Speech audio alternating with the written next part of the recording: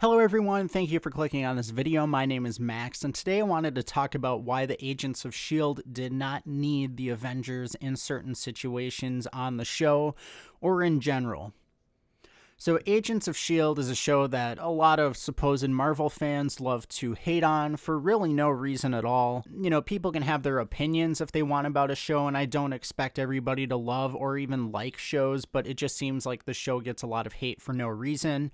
And one of the things I see constantly being thrown around as a quote-unquote argument is that there were situations that could have used the Avengers that did not have the Avengers in them, and therefore the show is either not canon or in another timeline. The timeline discussion is one that I see within the S.H.I.E.L.D. community itself, and there's a whole other video on that. But, you know, in terms of canon, Agents of S.H.I.E.L.D. is canon. You can't deny it's not canon. You can say it's in another timeline if you would like to. I don't personally think that. I think it is in the main MCU timeline. But, you know, you can't argue that it's not canon because of the connectivity and between stories and characters in the show. So with that aside, the Agents of S.H.I.E.L.D. did not need the Avengers because they basically had Avengers characters on their team.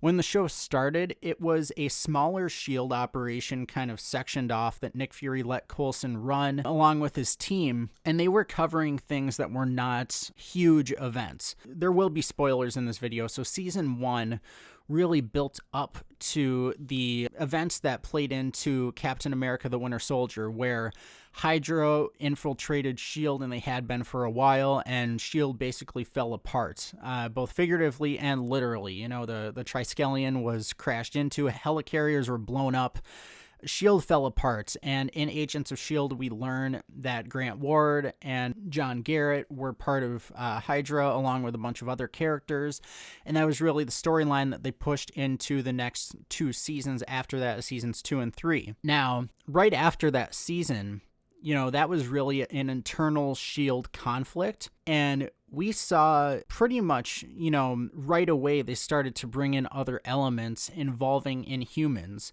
You know, Skye, who was later, you know, known as Daisy, and then eventually Quake. She has powers. Yo-Yo has powers. Fitzsimmons basically have powers with how smart they are.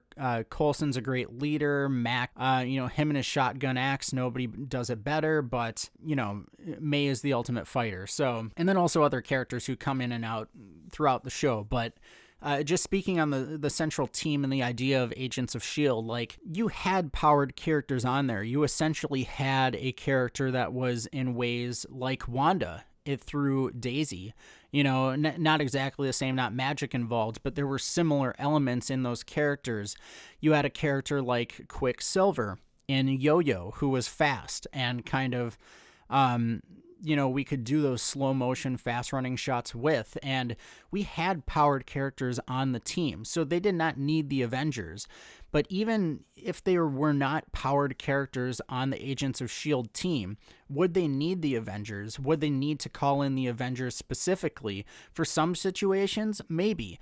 But in most situations, you know, they wouldn't need to. The main argument I see is that in certain events in Agents of S.H.I.E.L.D., the Avengers would have showed up. That's just not true. If that were the case, every single Marvel movie ever put out would be an Avengers movie. There's always some huge threat that could destroy the world or other worlds or the universe or whatever. But it's not always an Avengers film. It's an Avengers film when it needs to be an Avengers film, and an Avengers film is an Avengers film because of the team dynamic. You know, there's something that everybody's either forced into or, you know, in Captain America the Winter Soldier, for example. Black Widow, Steve Rogers, Sam, Bucky, they're all forced into the situation because of what the situation is. Thor the Dark World is solely based on what Thor deals with and things from his, you know, side of the universe. So that's why it's a Thor-centric film. Yes, they could have brought in the Avengers, but it was not an Avengers film just because of the way that everything tied up and who was involved in it. So they did not need the Avengers, especially with powered people on their team who had equivalent to Avengers abilities. They did not need to bring them in. You know, of course, if they wanted to, they probably could not have, just because of the rights with Marvel TV and Marvel Studios and how actors, you know, as far as payment with show budgets and things like that. But in terms of a story, they never needed the Avengers, and I think Agents of S.H.I.E.L.D. stands apart because of that. They were able to deal with these events with their small team, and it makes Agents of S.H.I.E.L.D. that much better, in my opinion. So that's about all I have for now. Thank you so much for checking out this video. If you like it, please like, comment, subscribe, and I will see you in the next one.